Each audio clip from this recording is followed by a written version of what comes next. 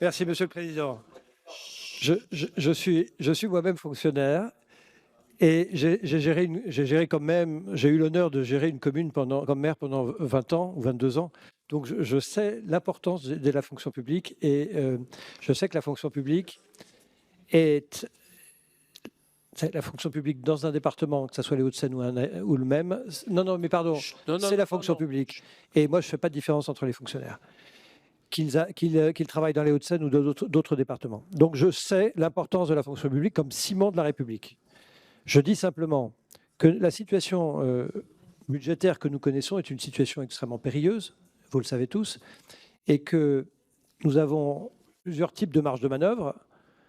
C'est de baisser la dépense, c'est d'augmenter les impôts et les taxes, et c'est de produire plus. Moi, je pense qu'on ne peut plus augmenter les impôts et les taxes, donc je pense qu'il faut produire plus, mais aussi dépenser moins et dépenser mieux. Il est évident qu'il y a des endroits où il n'y a pas assez de fonctionnaires, évidemment.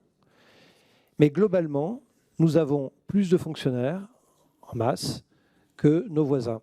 Et c'est vrai, j'assume, Monsieur le Président, vous avez raison de le souligner, c'est d'ailleurs dans l'exposé des motifs, que je pense qu'il faut non pas supprimer des fonctionnaires, comme vous le dites, mais ne pas remplacer un fonctionnaire sur 3 qui part à la retraite, hors régalien, justice, police, et je l'ai effectivement écrit, et défense nationale.